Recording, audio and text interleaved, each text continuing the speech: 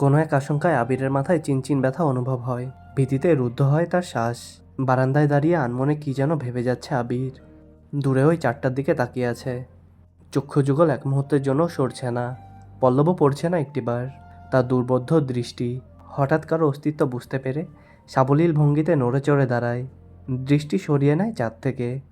ঘাড় ঘুরিয়ে দেখে নেয় মানুষটাকে। তারপর ধীরস্থির কণ্ঠে জানতে চায়, কিছু হয়েছে? তানভীর সরল মনে বলে, বরাব্বু বুঝতে পেরে গেছে তুমি মারপিট করেছ, তাই তোমাকে সাবধান করতে বলেছে, যেন মারপিট আর রাজনীতিতে না জড়াও। আর কিছু? অবহেলায় প্রশ্নটা করলো আবির। না, তেমন কিছু না, ব্যবসার হাল ধরতে বলল। তানভীর উত্তর দিল। আবির, আচ্ছা ঠিক আছে, আর কিছু বলবি? তানভীর, ভাইয়া মাথা ঠান্ডা করো তুমি, বাদ দাও প্লিজ। আমি তোমাকে শুধু জানিয়েছিলাম বিষয়টা। তুমি যে এভাবে দেশে চলে আসবে আর এইভাবে ঝামেলা হবে, এটা আমি ভাবতে পারিনি। বুঝতে পারলে আমি আগে ব্যাপারটা সলভ করে ফেলতাম। আবির, তুই আমায় বাদ দিতে বলছিস? বাহ। তানভীর, আমি ওইভাবে কিছু বলিনি ভাইয়া। যা হবার তো হয়েছে।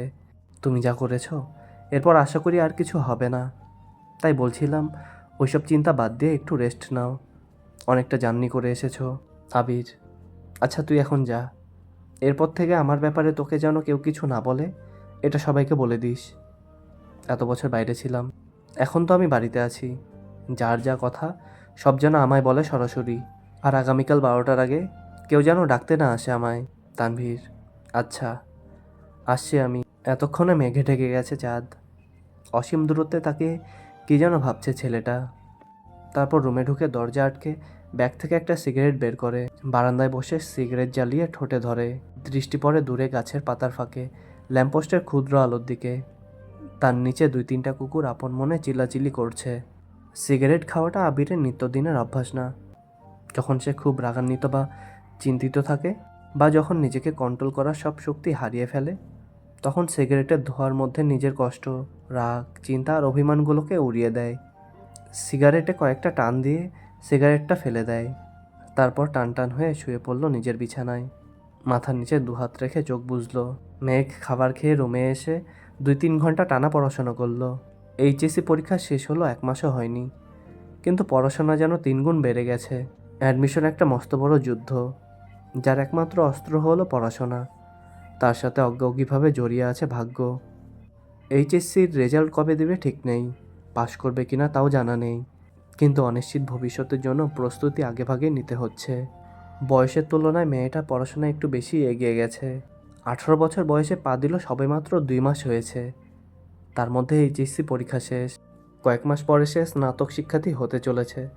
ভাবতেই কেমন যেন নিজেকে বড় বড় মনে হয় মেঘের।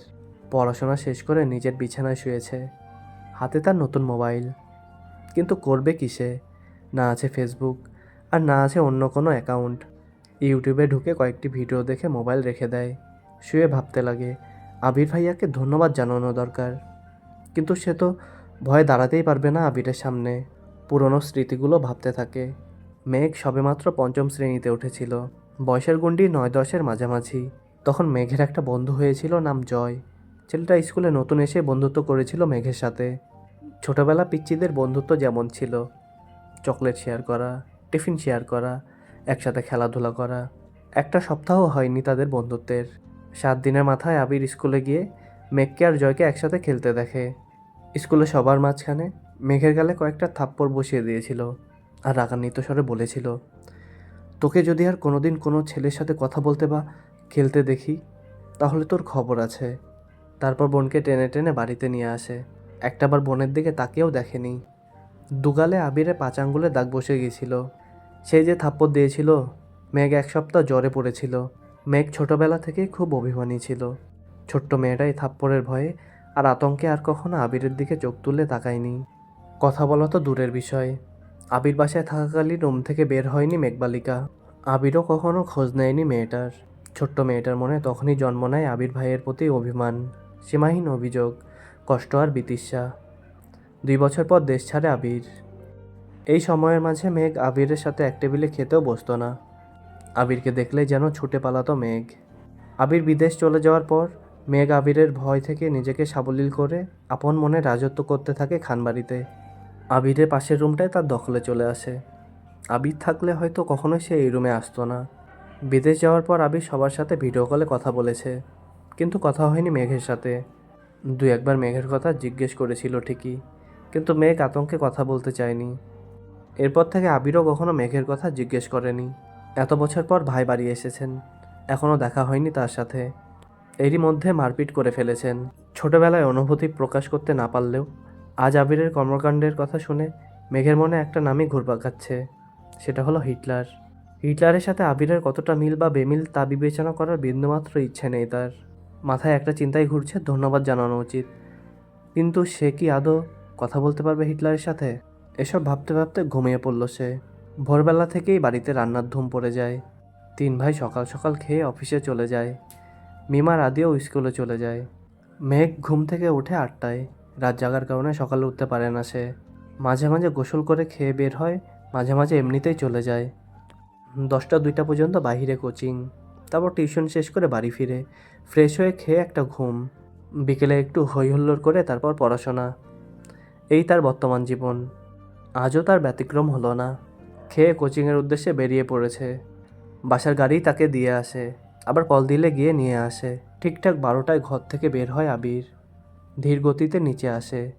চিন্তিত মুখ দেখে মা মালিহা খান ভীতস্বরে ছেলেকে জিজ্ঞেস করেন, কিছু হয়েছে তোর বাবা? আবির মুখের ভারী ভাব বজায় রেখে উত্তর দিলেন, কিছু হয়নি, খেতে দাও।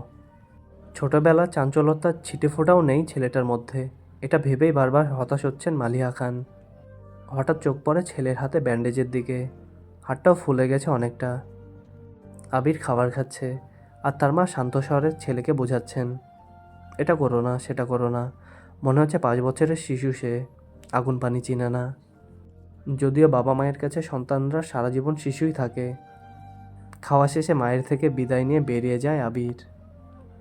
মেঘ বাড়ি ফিরেছে 1 ঘন্টা হবে। শাওয়ার নিয়ে নিচে এসেছে খেতে। খাওয়া শেষ। তানভীর রুম থেকে ছুটে এসে জিজ্ঞেস করে, বড় আম্মু, ভাইয়া কোথায়?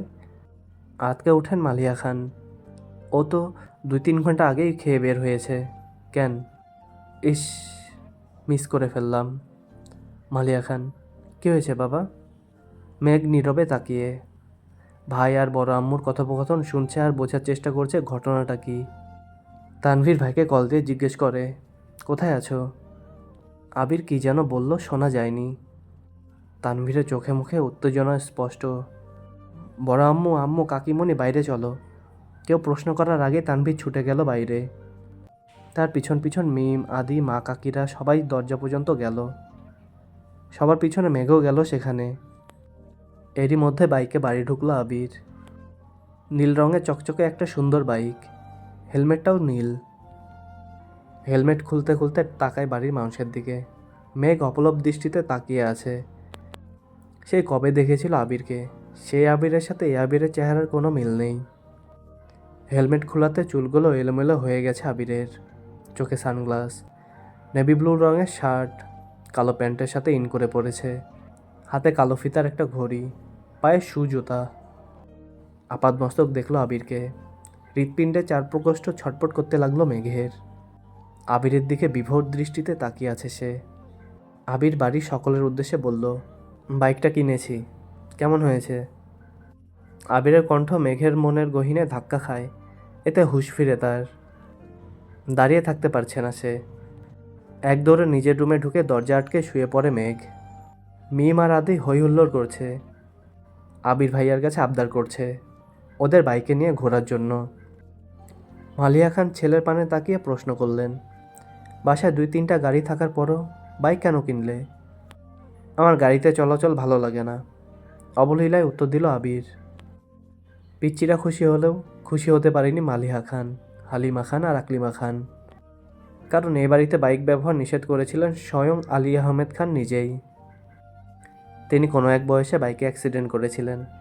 সে থেকে বাইক কেনা বা বাইকে চলাচল নিষিদ্ধ করেছেন।